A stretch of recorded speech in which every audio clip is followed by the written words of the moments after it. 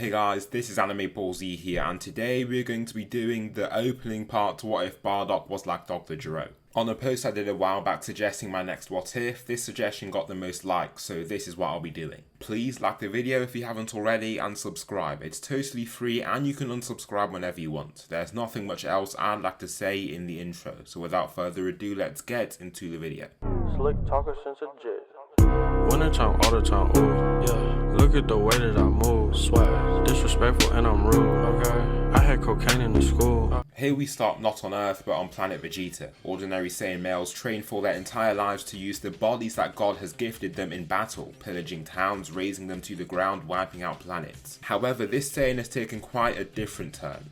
Bardock, father of Goku, Bardock the scientist. His house is not just like any ordinary home but houses a vast underground lab laid with special metals to prevent any energy signatures from leaking out into the settlement above. I might not have the power to stop Frieza from destroying my people, but you do, my son, my greatest creation, Kakarot, Bardock says with emphasis and pride.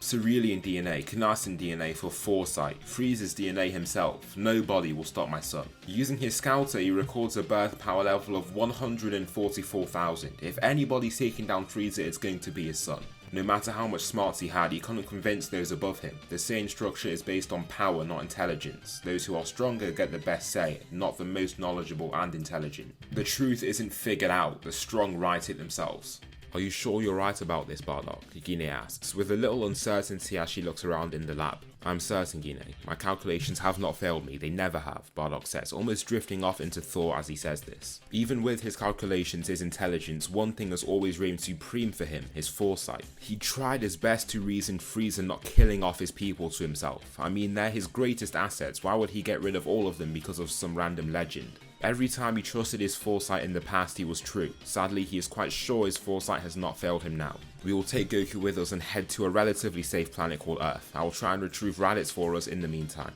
Why couldn't you give the same power to Goku to yourself so you can save everyone yourself? Gine asks. Bardock tilts his head, seemingly ready with a million thoughts. It was almost as if he predicted his wife would ask him something like that.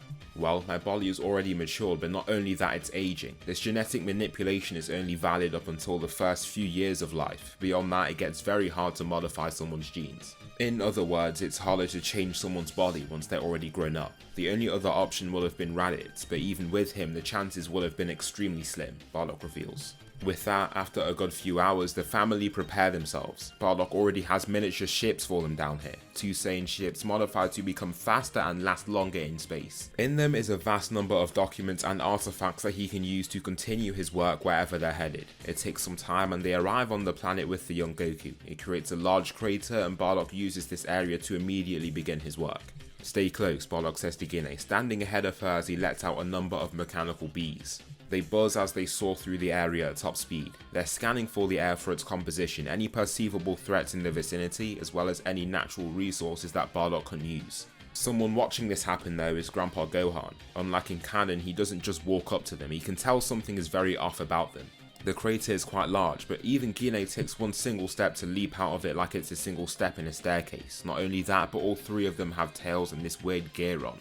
It's safe to say that Grandpa Gohan is going to keep his distance and not alert them to his presence. However, it's the bees that find him first. They're so small and with his old dulling ears he can't even hear them or see them. They pick up on his presence and Bardock is the one to head to him first. He didn't head here with the same intention of killing everyone on the planet, he came here instead as a place to reside and so needs answers. He needs to learn more about where he plans to live the rest of his days out. Greetings, we are of no threat to you, Bardock explains. Power level of 80, way weaker than a Saiyan but far above any other human I can sense in the area.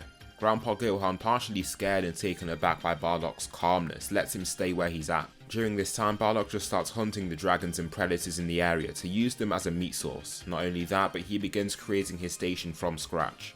He is extremely smart and so picked up many construction abilities. With the body of a Saiyan, he doesn't need a crane or a tractor to get things done. All he needs are his own 2 hands. Now, since Goku's power level is so high, nobody can really take care of him. Grandpa Gohan assumed these strong people could help, but apparently this baby is even stronger than them. Therefore, Bardock resorts to things like powerful sedatives to keep him weak so he can be kept in line. During this time, Bardock is just advancing his studies. Now adding DNA to his body has been hard, but he has been able to modify the DNA that he already has slowly. Now his power level is at a very solid respectable 50,000. However, it's not easy to affect his own powers. All he does now is train, but he doesn't have that same discipline that Goku does. He is just any ordinary Saiyan in that regard, so the progress on that front is quite slow. Goku grows up in this family and gets training mainly not from Grandpa Gohan but from his own father, Bardock. Saiyans are trained from as soon as they can walk, and the training isn't anything easy either. By the start of the series, Goku is a totally different boy. He's an energetic, bold young Saiyan. He still has his tail. When he turned into an Uzaru, his parents were there to stop him from causing havoc. They also teach him how to control the form. His power level is now at 300,000. His sliver of Frieza DNA means that he finds it very easy to grow stronger from training. Soon after, Bardock lifts from his lab and looks back to Gine as he readies his ship. "Please be safe, Bardock," Gine says, with Goku in her arms. "I will be. I'll get him back," Bardock says, before wearing up his ship into power. Stepping into it, he flies off into the sky and enters space in seconds. He tracks down his son. He placed a tracker into him to make sure he knows where he is at all times. He never trusted the operating systems of Frieza's gear. It was never in their superior's best interest to tell the Saiyans the actual truth. He arrives on a faraway planet where Nappa, Vegeta and Raditz are currently dismantling it. Bardock hones in on the specific location of his son, making sure to keep himself quiet. Walking through a dense jungle, he ends up stepping on the branch, cracking it from his own weight. "What was that?" Nappa asks, sleepily entering the forest. Once he sees Bardock, he goes in to attack him. However, Bardock reaches around him to get his neck while also placing his hand over his mouth. "I'm sorry, Nappa," he whispers, before the man slowly passes out from getting suffocated. After this, he wakes up Raditz. He looks terrified as he awakes, but once he sees his father, he calms down. Now he's just a bit surprised. Planet Vegeta was destroyed. He thought his father was dead. How did he escape the planet's destruction? "How are you alive?" Raditz asks, with tears welling up in his eyes. "Don't worry, son, but we don't have much time. I can get you out of here. Escape the Empire. You'll be with me, Gine, Kakarot. We're all alive," Bardock says. "I can't explain much here. If you want to go, we need to go now," Bardock furthers. Raditz takes a few seconds to think, but that's all he needs. He knows he wants to go and be with his family, escape these people that continue to humiliate him for his weakness. He looks back to Nappa knocked out, Vegeta asleep. Be free or stay with them. Stay under Frieza. The choice is easy. He goes back with Bardock, going away in the night back to Earth to rejoin his family. Bardock's family is one again. Before Raditz grows too old, Bardock wants to give him some enhancements to make him a more formidable warrior. Raditz loves the sound of this and he's his father as well, so he's even more willing to go through with it. It consists of similar things that he did to Goku, utilizing Frieza's DNA and other enhancements. He can provide an immediate boost to his power while giving him some of the perks of the Emperor's genetics. His power level at the end of the experiment reaches a whopping 1000. At his young age is almost terrifying. Raditz just laughs upon feeling this power. If he continues to grow and train, it won't be long before he can show off to Vegeta just how powerful he is.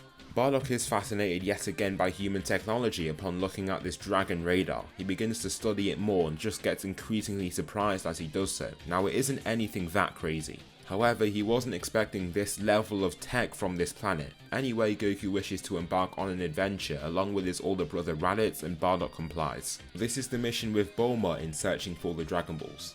Upon the brothers asking their father, he complies. I mean, Goku is strong enough to keep himself and everyone around him safe, therefore he isn't really scared about where he could be going. Goku comes along and gets all the Dragon Balls with ease, and Goku doesn't really want a wish himself, therefore the arc is over and they've taken the easy win. After the arc, Master Roshi wants to train the two brothers because he can see potential with them both. Goku is way stronger than his older brother, but even his older brother is stronger than every human on Earth. His power level is at a solid 1000, let's say, which is still extremely impressive. They both fall under Master Roshi's tutelage, where he gives them more knowledge in terms of martial arts and ki control.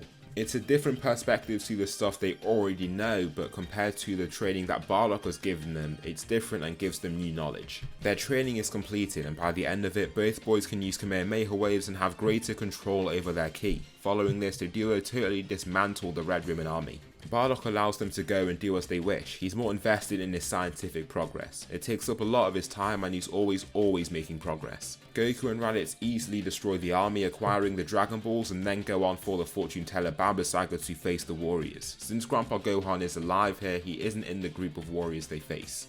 This just makes it that much easier for them to gain the final Dragon Ball and beat every foe in their path. By the end of this arc, Goku's power level is 325,000 and Raditz's is 8,000. Raditz, since he was older when he was experimented on, couldn't receive as much DNA and alteration to his genotype. It does create quite a gap between the brothers, but the young naive Raditz is determined to close such gap. Next is the first clash between the Turtle Hermit School and the Crane School. Members from both teams get straight through the preliminaries and it starts getting serious in the final rounds. Now Goku is quite small, but Raditz is 21 years old. He's already had his Saiyan growth spurt, so he has an adult body. Goku though still looks the same and being quite childlike. In the semi-finals, Raditz meets Tien and Goku faces Krillin. The young Raditz stands boldly before his foe, powering up immediately. He likes to fight with less class than the martial arts of Master Roshi. This isn't how the Saiyans destroyed planets, maimed and slaughtered their foes. No, they used their true power and raw strength to brutally slay their enemies.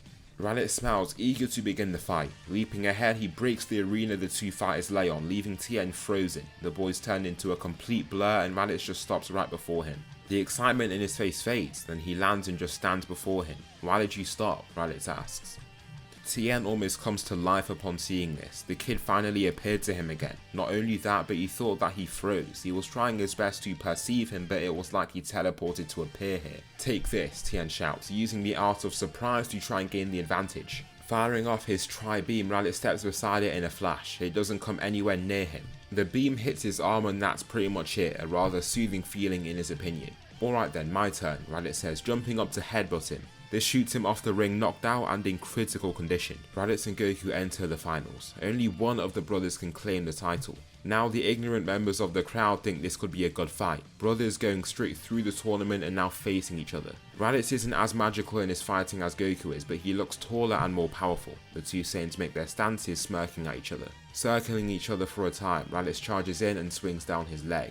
Goku lifts up to evade. The power from this stomp leaves the stadium rumbling, then Raditz fires up to chase after his brother. Hurling forward a number of ki blasts with the swipe of his arm, Goku just swivels over each one to evade them, harshly detonating behind them. It doesn't even move him. Waggling his tail, Goku fires down his own ki blast to Raditz. His own moves with great haste, leaving Raditz to have to throw himself out the way at the last second. "Come on brother, is that all you've got?" Goku asks, beckoning his brother in. His usual taunting to get on Raditz's nerves. The older brother shouts up before he signals for Goku to descend. Leaping forward, they both clash and release a loud shockwave. The two haven't had the same time and focused training to control their ki, meaning that they cause a lot of damage to the surrounding areas. It makes the crowd not only excited but a little scared. Are they going to be caught in the crossfire here? Raditz and Goku then begin trading blows, going punch for punch, kick for kick. Goku is basically just doing this to work at Raditz's pace, however this serves to give the latter a false sense of confidence. It makes him think he's actually doing something when he sadly isn't.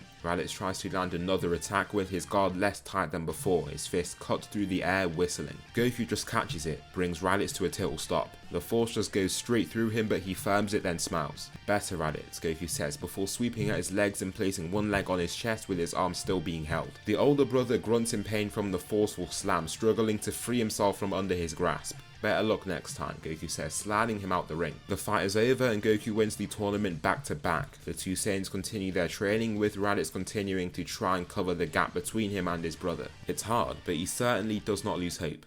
After the tournament is done, Bardock starts noticing something odd from some of the surveillance bots he has on the planet. Bardock uses them to try and maintain peace across the planet in secret. "Who is that?" Bardock asks Grandpa Gohan, pointing to one of his glowing screens. Gohan looks so surprised, just looking around at the advanced setup he has around him. Most of his keyboards and mice are glowing holograms, not physical objects. It's unlike anything he's seen before, leaving him with this surreal feeling. However, he soon focuses on what Bardock was talking about, a green warrior grabbing a sheet from the World Tournament. "What's that thing?" Bardock asks, pointing to the green man. Grandpa Gohan stays still, watching for a short while. He doesn't immediately know what it is, but after some thought, a memory comes into his mind. "I remember Master Roshi saying something about this. I might be old, but Master Roshi is much older. He's seen more things. Him and his own master ended up facing this threat called King Piccolo. They sealed him up a long time ago and he was green just like this thing. That's all I know," Grandpa Gohan replies. This is interesting, more DNA for him to examine. The guy doesn't look like the nicest thing, but this buzzing sensor detects a power level of 165. Not impressive in the slightest. Bardock just flies out there to see what's happening and finds the man heading toward his base. They meet midway and Tambourine scoffs upon seeing him. "I don't wish to be disturbed, step out the way," Tambourine shouts. Bardock smiles. His confidence is quite surprising. Of course he's stronger than pretty much every human, so we can understand where he's coming from. However, this man is terribly ignorant. You're strong, but there's much bigger fish, Bardock says, smiling. Tambourine just goes in to attack him, throwing a punch. Bardock moves his head out the way and grabs his wrist, stopping him. Bardock then forces his wrist down before headbutting him. It sends him hurtling and flying around meters away. This single attack leaves a massive bleeding bruise on his forehead that also hurts like hell. Bardock then fires forward, flicking at his neck to knock him out. Tambourine begins to descend, now unconscious, but Bardock grabs him by the arm, then pulls him up to his shoulder. You're not going anywhere just yet. Let's see just what you are, Bardock says, before heading back to his lab. King Piccolo waits in his ship in the sky, tapping his throne with impatience. He begins to give glances out the windows of this ship to see if Tambourine has returned. He should have defeated the warriors by now, but no, he sees nothing at all. Has he been killed? He looks furious, stomping his foot and shaking the ship from the force. The Pilaf gang on the ship are terrified when he is so angry and make sure not to get on his nerves. He creates another child symbol and sends him out to finish what his later brother could not. Bardock places Tambourine strapped down onto a table and begins to take measurements. Based on the DNA, you can see that he is a Namekian. He then starts working on the tissue to see what it can do. The healing factor, it's there, most pronounced in the tissue he gains from his limbs. He also finds that the tissue dies or gets weaker after completing this process. This tells him that it takes quite a bit of energy to perform the healing. Symbol lands ahead of the house with Raditz and Goku. They're here celebrating with Tien, Yamcha, Krillin and Bulma. However, Bardock steps out upon hearing his arrival, another of these green fellows. Now you as well, what do you want? Bardock asks, now a little irritated. Here's more DNA for him to analyse, but he hopes this won't happen for a long time. There are only so many bodies he can keep in his own lab. Symbol just chuckles before opening his mouth and launching a blast from it straight to the home and Bardock. The Saiyan swipes it away and into the sky, destroying it. I asked you a question, answer me, Bardock shouts at the Namekian. I don't need to tell you anything, he shouts, before jumping at him and swinging down at him. His mammoth arm swings down to the Saiyan, but he easily grabs it and uses his momentum against him. Swinging him around, he slams him into the ground and knocks him out from the blunt trauma to his head. Alright then, let's see what you're made of too, he says, lifting him up to place him on his shoulder as well. Now King Piccolo is tired of it, he has to come back down himself. The king lands before Bardock, making him quite annoyed now. He's trying to celebrate with his son, and they keep getting interrupted by these weak green people. Just who are they? Alright, so what are you? Bardock asks, almost in outburst. Well, I am the Demon King Piccolo, soon to be king of this world. I've come here to destroy all of you that are quite formidable in your own right. You might have taken down my children, but I am in a totally different realm. Do not compare me to them, he shouts, before throwing back his cape. King Piccolo jumps right into the fight without a second thought, but Bardock steps beside him and just looks at him for a time. Why are you trying to do that? Bardock asks. Why not? I am this planet's strongest, and therefore I deserve to rule over everyone else. As a matter of fact, I don't even need to answer you, King Piccolo shouts, swinging out his hand. Bardock catches his hand, his face falling cold and still. Now he knows who this person is. As he looks forward, he can see the freezer in him, the tyrant. No, this man cannot live. The others had a killing intent, but he was sure they were just following the orders of this man. They were subservient and terribly ignorant, yes, but they weren't evil. This man here, though, is evil. Bardock begins to squeeze, leading King Piccolo to curl over and hold his arm, trying hard to pull it from his grasp. He can feel the flesh and bone in his forearm crushing and fusing together, an agonizing feeling. Bardock ends up removing the Namekian's hand entirely before slapping him with his own hand so powerfully that he breaks the loose hand and his skull. The Namekian falls dead to the ground with a bloodied head, then Bardock gets rid of the body before anybody gets too alarmed. On the lookout though, Kami has been killed due to their linked lives. Not only that, but that also means that the Dragon Balls are rendered useless. Following this point, since the 2013 Kaiichi Budokai isn't a thing, there is a massive 8-year time skip before the start of Dragon Ball Z. Goku and Raditz continue training each other, and Goku begins to grow into his adult body. He doesn't reach anywhere near the stature of his older brother, but it gives him a better foundation to work with for his techniques. Bardock also begins leaning heavily into this idea of using other equipment instead of his own power. The first thing he acquires are 2 exoskeletal arms. They are both made of an ultra tough alloy containing metals from off planet Earth. It gives him exceptional power and durability, eclipsing any technology previously accessible on Earth. To test the powers that he's acquired, he faces his eldest son, Raditz. He slams his 2 exoskeletal arms together and it creates this dark, dull metal sound as they clank together. Alright, let's see what these bad boys can do, he shouts, waggling the fingers of the newly formed tech. Raditz sweeps back one of his legs before making his full stance. The fight is on. He begins with launching a tester ki blast. The white ball of ki soars toward Bardock, who lifts one of the dark metal arms. A weird circular opening is formed in the arm's palm and begins to absorb the power of the blast. Coloured gold glows rise up the arm to signal that the energy has been correctly absorbed. Clenching the hand of the arm, Bardock can feel the greater energy stored in them. Neat, he says. Opening the hand on that arm, that same opening begins to glow a white colour and lets out a deep roaring wave of hot flames. Raditz just jumps up before stopping and kind of just chuckling. He wasn't expecting his father to whip something up like this. Bardock even tries to aim the fire blaster up, but it's not like an energy wave. Since it's far too slow, it's extremely easy for Raditz to just fly out of the way of. Diving down, he lands ahead of Bardock before charging forward at top speed. Bardock's scouter begins beeping and flashing, letting him know that something is advancing toward him at extreme speed. Therefore, the arms whir into action and lift up against his own will, blocking the incoming punch. Raditz finds it quite odd when he sees this. He doesn't know exactly why at first, and instead of just throwing another punch, he stops and leaps back to hit him again, jumping forward and this time aiming for a kick. Bardock blocks yet again. Now there's one thing he notices. The arms move faster than his whole body. When his arms pulled forward to block the attack, it looked like his whole body shook in reaction. Not only that, when he reached out his arm to block his kick, it looked like he was going to fall over. His body couldn't reach in time to keep him perfectly balanced. Raditz shoots an elbow ahead, but Raditz grabs it with the arms. Releasing one hand, the arm begins manipulating and shifting, forming a much larger fist that he smashes into Raditz's face. He doesn't stop there though, switching to the other side of his body to drive it into his gut in the form of a right hook. The strike lands exactly where he intended, sending Raditz back sliding slightly. However, this irritates him a little bit. The tech is useful, but there is a gap between the father and son. The rocks around the area begin to float before lifting up slowly. The long head Saiyan tightens his hands into vibrating fists before moving forward with a powerful sprint. Slamming into Bardock, he knocks him onto his back. That tech is good, Dad, but true power reigns supreme, Raditz says, looking to his lifted hand as he clenches it into a fist. Bardock lifts both hands though, then begins shooting out these large shockwave pulses. They have a very annoying sound while providing a significant physical pressure with that. Raditz holds his ears in pain before falling to a knee from the heavy force. Bardock slowly lifts up to his legs again, smiling.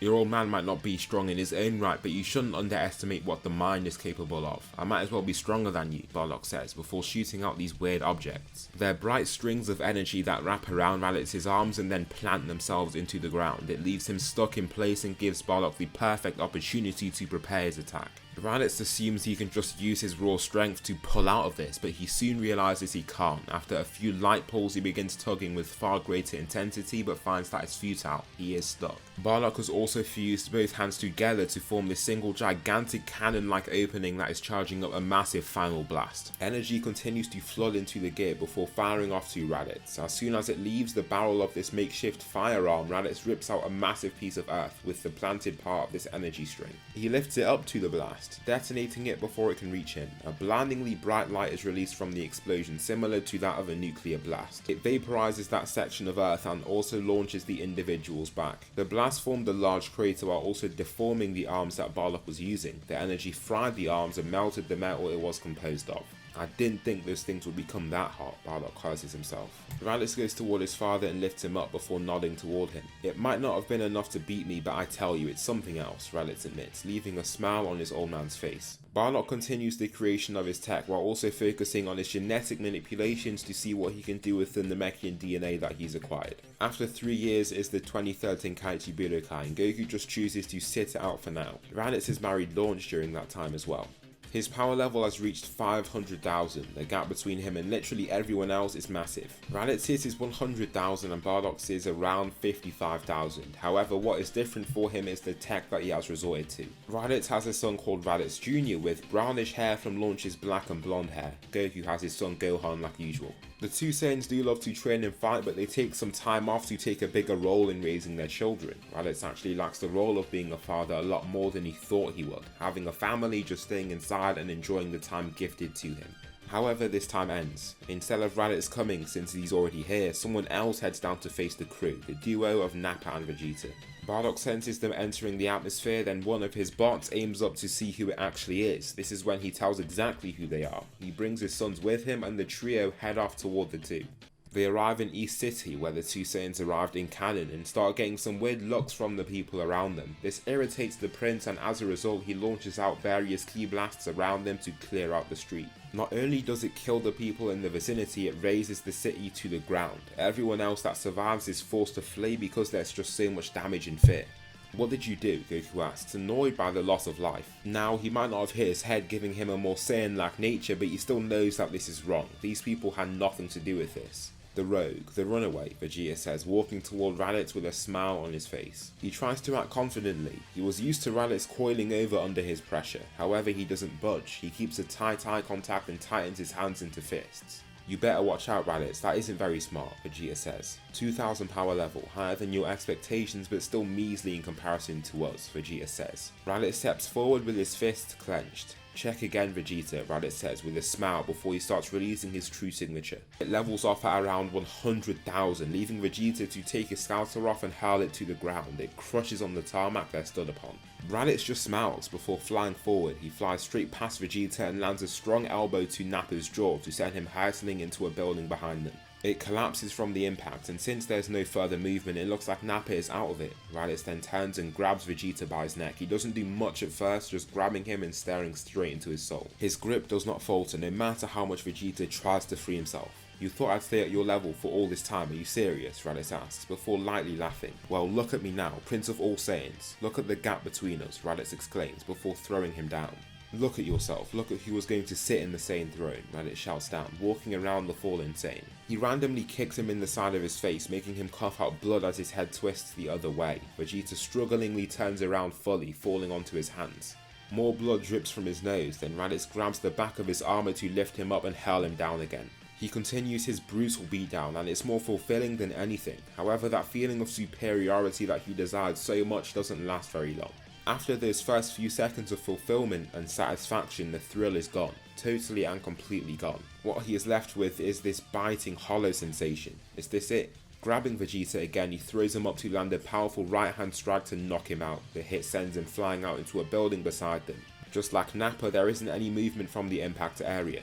Come on, let's go, Raditz says. What about for when they wake up? Goku was thinking of giving one of his usual smart cheeky remarks, but looking at Raditz's cold face, he can tell that this isn't the place for that right now. He is aware of these people but never really saw them. It's quite surprising to see the level of hostility that Raditz had toward them. They'll leave. It's been a while since I've seen them, but I know them. Vegeta would absolutely hate to be on this planet at all now. Let them go, Raditz says as he flies off into the distance. Goku just follows after him. He has no objections to that plan. So that will conclude the opening part to What If Bardock Was Like Dr. Gero. Please tell me something you liked about the video or something that I should improve on for the next one. Thanks so much for watching, and I'll see you in the next video.